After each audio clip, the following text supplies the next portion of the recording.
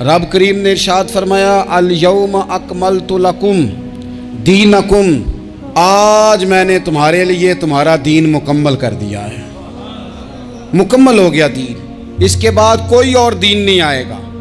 اس آیت نے بتا دیا کہ حضور آخری نبی ہیں، دین مکمل ہو گیا، اب کسی اور پیغمبر کی، رسول کی، دین کی، کتاب کی ضرورت باقی۔ آج میں نے تمہارے لیے تمہارا دین مکمل کر دیا۔ اور کیا خوبصورت لفظ ہیں، قرآن پاک میں فرمایا وَأَتْمَمْتُ عَلَيْكُمْ نِعْمَتِي، اور آج میں نے تم پر اپنی نعمتیں تمام کر دی ہیں، نعمتیں مکمل کر دی۔ وَرَضِيتُ لَكُمُ الْإِسْلَامَ دِينًا، اور اللہ فرماتے ہیں میں نے تمہارے لیے دین اسلام کو پسند کیا ہے، یہ میری رضا ہے، یہ دین اسلام تمہارے لیے پسند کیا ہے۔ کوئی بندہ ساری زندگی مخلوق کی خدمت کرے، ساری زندگی رستوں سے کانٹے اٹھائے، ساری زندگی خیر کا کام کرے، کسی کو تکلیف نہ دے، لیکن اگر مسلمان نہیں نا، اگر کلمہ نہیں نہ پڑھتا، تو اس کی ساری عمر کی خیر بھی کسی کام کی نہیں۔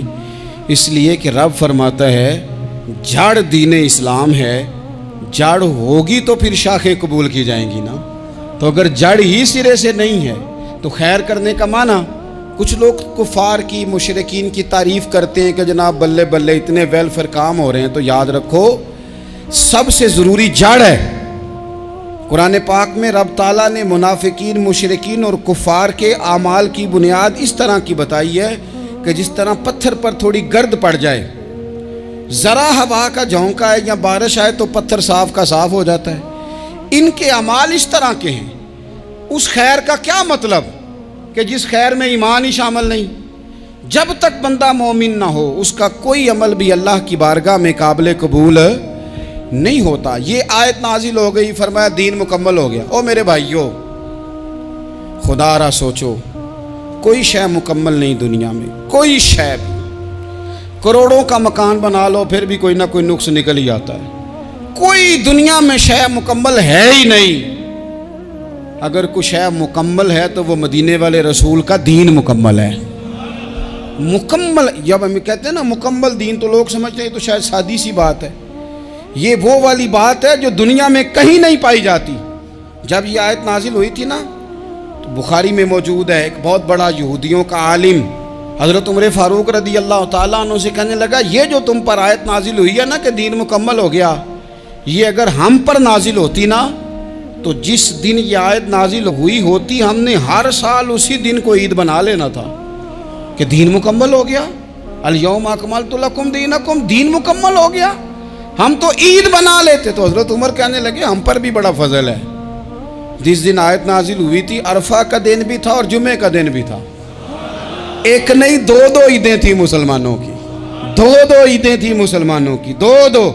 عزیز بھائی، دین مکمل اللہ نے دیا۔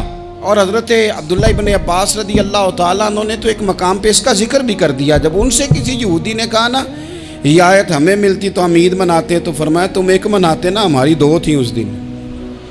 جمعہ بھی تو مسلمانوں کی عید کا دن ہے نا۔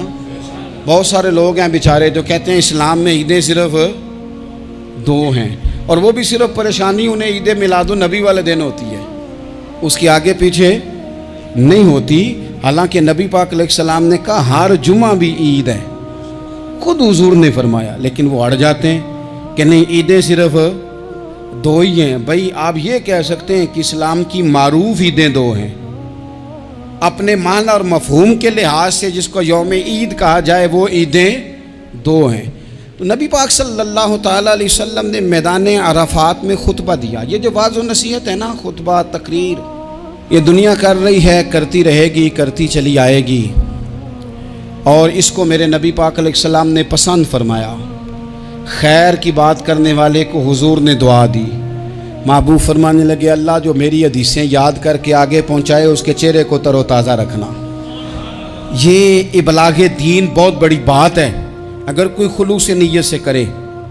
لیکن کائنات ارضی میں وہ جو حضور کا خطبہ حجۃ الوداع ہے، وہ دستور ہے، وہ منشور ہے۔ انسانی حقوق پر اس سے بڑا چارٹر نہ پہلے کبھی تھا نہ قیامت تک دوبارہ بن سکتا ہے۔ اس کو خطبہ حجۃ الوداع کیوں کہتے ہیں؟ ایک تو مطلب یہ کہ حضور نے یہی آخری آج کیا، اور دوسری بات یہ تھی کہ اس خطبے کے تھوڑے ہی عرصے بعد میرے نبی پاک نے وصال ظاہری فرمایا، اور اس خطبے کو رسول پاک صلی اللہ تعالیٰ علیہ وسلم نے شروع کہاں سے فرمایا؟ یہ خطبہ دیکھیں شروع کہاں سے ہو رہا ہے۔ انسان دنیا میں ملتا بھی ہے، جدا بھی ہوتا ہے، یہ جو جدائی کا وقت ہوتا ہے نا، جدائی کا، شاید بڑی سوچ سمجھ کے کہا تھا حضرت میاں صاحب نے، بڑی غور کر کے انہوں نے کہا تھا کہ دریا کنڈے روخ نہ لائیے، جو آوے روڑ جاوے۔ آپ میدان میں درخت لگاتے ہیں تو کبھی پھل گرتا ہے تو زمین پہ گرتا ہے، اٹھا لیتے ہیں۔ اگر دریا کے کنارے ہو تو وہ تو دریا میں گرے گا اور روڑ جائے گا، چلا گیا، بہہ گیا۔ فرمانے لگے دریا کنڈے روخ نہ لائیے، جو آوے روڑ جاوے، تے پردیسی نال نہ یاری لائیے، او دا جدوں دل کرے ٹر جاوے، وہ تو چلا جاتا ہے۔ یہ خطبہ شروع کہاں سے ہو رہا ہے؟ یعنی ابھی آغاز کلام ہے، بات آگے آئے گی، آغاز کلام ہے۔ میں کہہ چکا ہوں ولی شاید عبادت کر کے بنے، تقوی اختیار کر کے بنے، ولی اللہ کی حرام کردہ ہر شے سے اجتناب کر کے بنے، وہ جس میں شبہ ہے اس سے بھی بچے تو پھر ولی بنے۔ لیکن صحابی تو حضور کی زیارت سے بنتا ہے نا، نبی پاک کی زیارت سے بنتا ہے، اور صحابہ تو وہ صحابہ تھے جن کی ہر صبح عید ہوتی تھی، خدا کا قرب حاصل تھا، نبی کی دید ہوتی تھی۔ وہ تو اس طرح کا ماحول تھا کہ نبی پاک نے فرمایا حضرت ابو ہریرہ سے یہیں بیٹھے رہتے ہو، تھوڑا ذرا کبھی کوئی کام بھی کر لیا کرو، وقفے سے ملنے سے محبت بھی بڑھتی ہے۔ تو حضرت ابو ہریرہ اٹھے اور ستون کے پیچھے سے ہو کے واپس آ گئے۔ فرمایا آ گئے ہو؟ عرض کی حضور دل ہی نہیں لگتا تو جائیں کہاں؟ وہ جو حضور سے آ کے کہتے تھے نا یا رسول اللہ صلی اللہ علیہ وسلم، حضرت ثوبان بن مالک، حضور نے فرمایا پریشان پریشان دکھائی دیتے ہو؟ کہا یا رسول اللہ ایک بات پریشان کرتی ہے۔ کہا وہ کیا؟ عرض کی حضور دل بے چین ہوتا ہے تو زیارت کو آ جاتا ہوں، آج ایک عجیب خیال آیا ہے، عجیب خیال آیا ہے، اور اس نے عجیب رنگ طبیعت میں بھر دیا ہے۔ فرمایا تمہیں کیا خیال آیا؟ عرض کی یا رسول اللہ صلی اللہ علیہ وسلم آج خیال آیا ہے کہ ثوبان ہے، تو حضور کا غلام ہے، جنت تو حضور کے صدقے ملے گی، لیکن یہ ہے کہ حضور تو ہوں گے نا نبیوں کے ساتھ، تجھے ملے گی پر ملے گی تو غلاموں کے محلے میں نا۔ تو دل میں خیال آیا کہ وہاں زیارت بھی ہوگی کہ نہیں؟ او جنت میرے کس کاری جتھے یار نظر نہ آوے، زیارت بھی ہوگی کہ نہیں؟ حضور کی بارگاہ میں جب حضرت ثوبان نے عرض کی تو رب کریم نے فرمایا محبوب جو تیری اور تیرے رب کی اطاعت کرے نا، اولئک انعم اللہ علیہم من النبیین والصدیقین والشہداء والصالحین، فرمایا ان کو اللہ نبیوں کے، صدیقین کے، شہداء اور صالحین کے ساتھ ہی جنت میں اکٹھا فرمائے گا، وہ اکٹھے رہے۔ تو جن کو تو جنت میں بھی حضور کی زیارت کے بغیر چین نہیں تھا، ان کو حضور نے خطبہ حجۃ الوداع شروع کرتے وقت پہلا جملہ پتہ کیا کہا؟